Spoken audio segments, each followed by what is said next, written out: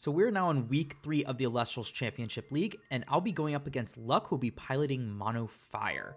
So things I noticed about Mono Fire is no rune control, meaning that my counter runes will stick and will go off if I choose to use them. But what Luck does have, in lieu of lacking rune disruption, is Kinleo, which is a very powerful Elestral destruction, as well as some of the highest attack stat Elestrals, as well as access to actually a lot of burn.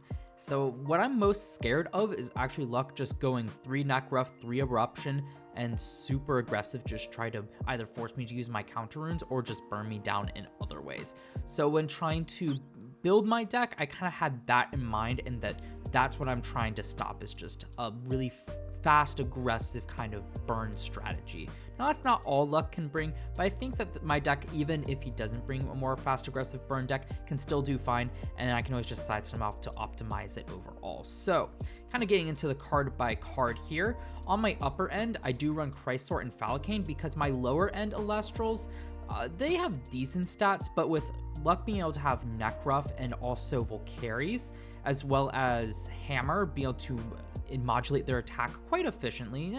It's usually probably going to be a +2, but hey, if he has up double Hammer or double Hephaestus, that will be a +3 on that Hammer, or even both Hammers. So I do want to run some Ascensions here, as I do think that Ascensions are kind of what will push my deck to be able to kind of push past this more like tech tech 1 spirits, and do into some more kind of finishers to close out the game, which I think will be really important. I can't just really win by stalling with this deck. So 2 Chrysaor, because this one can attack the spirit deck directly and actually recover me some spirits to help stabilize against burn. And also because it has 8 attack, it's actually really hard to deal with. The only way that Luck can really efficiently deal with this will be with destruction effects such as Kinleo or resting on your laurels, or to really deal with it by combat, we'll have to have Altar of Stars, which isn't impossible, but at the same time, since it has so much rune disruption, it might be easy to either force the altar to be used sooner or just destroy it outright. So I think Chrysaor is really a great way to try to close out games, gain that direct 2 damage ping with recovering 2. It's kind of the idea with this one. But also as a backup, I do have Falcane, because Chrysaor, obviously, my opponent's a heavy back row. I don't really want to go into Chrysaor there and just kind of have it be beaten out, because then I'm just falling behind on board presence, and that's not ideal. So Falcane's here just kind of address that kind of issue with Chrysaor. So if my opponent has a heavy back row, I can still go Falcane, blow up the back row, no problem, have a 7 attacker out, and just continue with that. It should be able to attack over, well, it will be able to attack over all of the 1 Spirit Elestrals, because the only one that might be bigger than it is Volcaries, but if I'm destroying all the runes, then Volcaries is most likely not going to be bigger than Falcane. And if my opponent does not have any back row, I can just go Chrysaor and go aggressive. So that's the idea behind the 2 drops here. And for the 1 drops, of course, just the standard package, 3 Airmare, P-Gust, 3 Sorlet, pretty standard now. Now, obviously, Sorlet's going to be my best answer to both Volcaries and Nekruff. Airmare isn't too bad because it does answer the Kinleo and a Wormite, and P-Gust is just nice for some rune disruption as well if I don't really have access to any of these ones, or maybe it's I dealt with the Elestral with a counter rune, and I just need now something that can pop a back row and maybe just attack for 1. P-Gust is also great for that. Rounding off the 1 spirits, I do run 2 Exaltair. Didn't really want to run the 3 because I don't really want to draw into it. If I don't have any setup, it's not very good.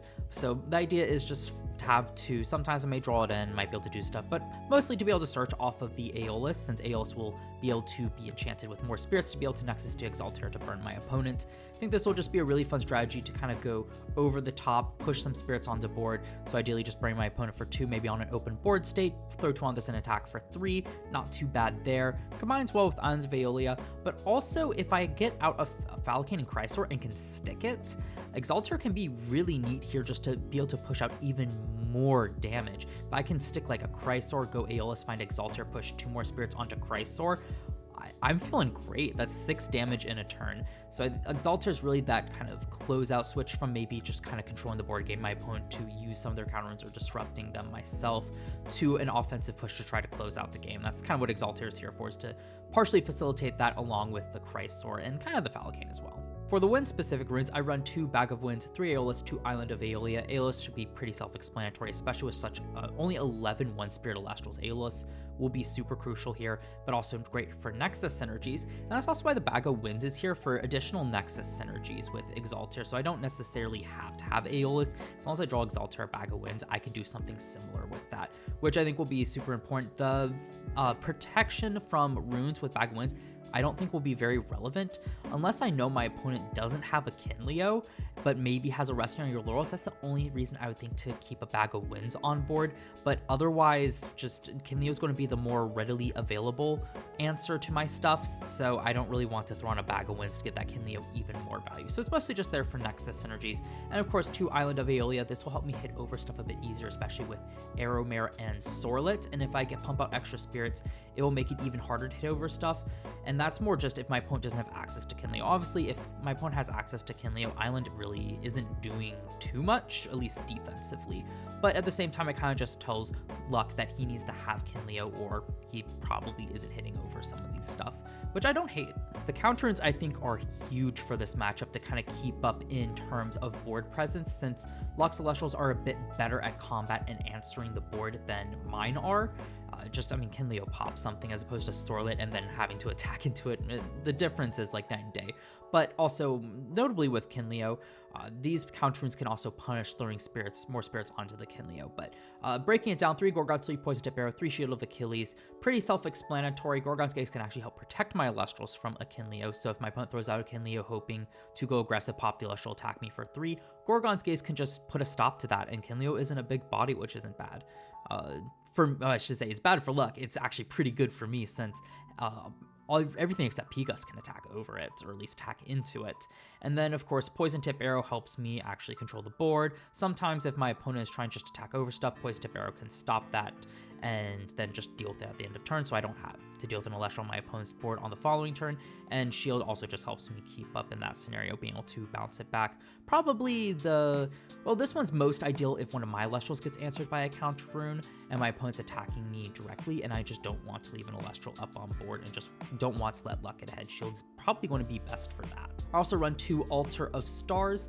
This is just for more slowing down the opponent, since I am running a heavier just Nexus package in this week. I think Altar can be a fun way to mainly utilize with P-Gust to be able to pop runes during my opponent's battle phase, meaning that I don't have to deal with them. My opponent, if he set it that turn, will not be able to actually utilize it. So that's kind of a fun synergy there. I'm not banking on it. It's more so just to kind of slow stuff down, but also potentially push out more spirits onto board to be more aggressive, especially in the late game.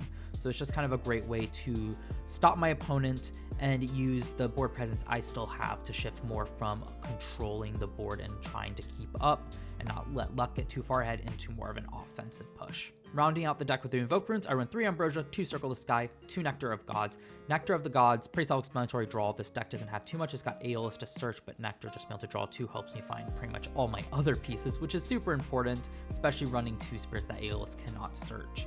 And then 2 Circle of the Sky, some more draw cards. This one cycles itself, but this also synergizes nicely with P-Gust, but also to push more spirits out onto the board whenever I need to try to aggress to close out the game quicker, because I just don't want to. As you can see with this deck, I really don't want to sit there and just kind of grind the game out. At some point, I want to switch from not letting Luck get ahead to just kind of pushing a lot of offensive pressure. So in other words, I'm probably looking to play this more as a mid-range deck overall. This is the best way I can think to describe it. But extra card draw will be always great in this deck, especially when I'm kind of turning the tide and possibly committing more cards. It can help me find either some more counter runes to protect what I've been doing, or just even into anything to kind of keep up that offensive pressure. And 3 Ambrosia, because this deck is expensive, especially using all these Nexus synergies. We're going to want to throw out a ton of spirits on board. Sorlet's an expend. Aeolus is pretty much an expend too, or really disenchant too, so it uses 2 spirits. These counter runes are not cheap. So I think Ambrosia is going to be super crucial, especially with Luck being able to run triple Eruption, triple Knockruff to burn me for even more spirits. I could just see not having enough spirits to complete my game plan in that case. So I think 3 Ambrosia is crucial. For the side deck, I just round out with a 3rd Exalter if I feel like I want to go more aggressive and want a 3rd Exalter, 3 Tornado in case I feel like I need a bit more rune disruption than just relying on Pegas. I need something on a rune. It's not really the most ideal. I don't expect to side it in, especially if Luck's just kind of throwing all the runes face down, then just missing on a non-counter rune just hurts so badly. So I just don't really want to use the spirit when I'm already using a lot of spirits on a whim. But if I see that luck's mainly just setting counter runes, or maybe like I'm in a late game scenario, I know in the late game scenario it's just counter runes, tornado might not be too bad. We'll have to see how the game goes for that. A third island, just in case I feel like I need the extra Nexus card or extra way to buff up the board. It's debating between that or Bag of Winds, but I just don't see me needing 3 Bag of Winds. I think I'd just rather won the third island of Aeolia since it has more synergies than Bag of Winds. Mainly just because I don't think the protection effect from Bag of Winds is that relevant. I just realized that's under my webcam, but yeah, Bag of Winds. 1 altar to complete the playset if I really want to run a full back row or full 12 counter runes. Just to see it more frequently if I see I can set up the Nexus synergies enough. That sounds pretty good. 2 drops of Leaf if I need just a hand recycle. I don't expect to, because I imagine that when I find my 2 spirits, I'm wanting to keep them to be able to throw them out on board. But at the same time, if I notice that this deck is bricking a bit more than I anticipated, I can always throw in the drops of leads as a way to just kind of refresh the hand. But my main goal is just to utilize each card to their fullest in those scenarios. So at least in this stage, I don't think I will need that kind of refresh. I mean, I can always draw into 4 and it sucks, but if that's the case, then that's that. And then finally, 3, resting on your laurels. I really don't want to let luck get too far ahead, and I rest on your laurels. I also don't expect to be live too much, because I don't really think luck needs to rely too much on hammer and Hephaestus to put extra spirits. So he's just kind of throwing out that 1 Necruff, that one, well, actually, I take that back. With full carries, that might be the way to go. So this is just here because, I mean, my deck doesn't have deck space. That's the best way to put it. And I really think, while I definitely think that it can snipes and stuff, I think it'll be easy enough just to attack over a lot of the stuff or just pop the Hephaestus anyway. So that's more the reason why I was running it. I built this list a couple days ago, so I'm trying to remember exactly what I did before the game. So that resting on your laurels is more so if I just feel like I need that extra pop. Maybe the Nexus package isn't working as well as I would like, so I can just have some removal for those full carries for those Kinleos and whatnot. And finally, 1 Rise on the Ashes. This is for if, again, my Nexus package isn't working as well as I thought, and I'm wanting to cut like Circle of Skies, Altar of Stars. I can run Rise from the Ashes as just a way to close out the game. I think it's going to be a bit too expensive, but if my opponent isn't running a lot of burn, this is definitely a viable card to switch in as well.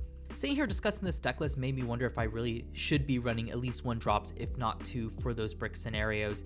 But after thinking about it, in just a single match that I'm using this deck list, I think if I just brick on both my Chrysaors, both my Phallicanes, so be it, because there's no guarantee that I'll also have drops with that one to unbrick myself. I think if maybe I was playing like a ton of matches, like in a tournament, I think this card would make a lot more sense. But I'm kind of hoping just to kind of see my pieces and need to go into, so I'm still covering them, need to go into the Chrysaor and Phallicane regardless. So again, I won't want to be shuffling them back. And honestly, I don't know where I'd make space. Like, I maybe cut Circle the Skies, but I really want to have that rune disruption, because that's really Luck's best way to kind of deal with my Elestrals, dealing with his Elestrals. So I kind of want that rune disruption of Circle the Sky and be able to turn the table be a bit more aggressive as well. So we're going with this. Let's see how it goes. So I will admit, unlike last week, I have not run any test hands or really any test games with this deck at all.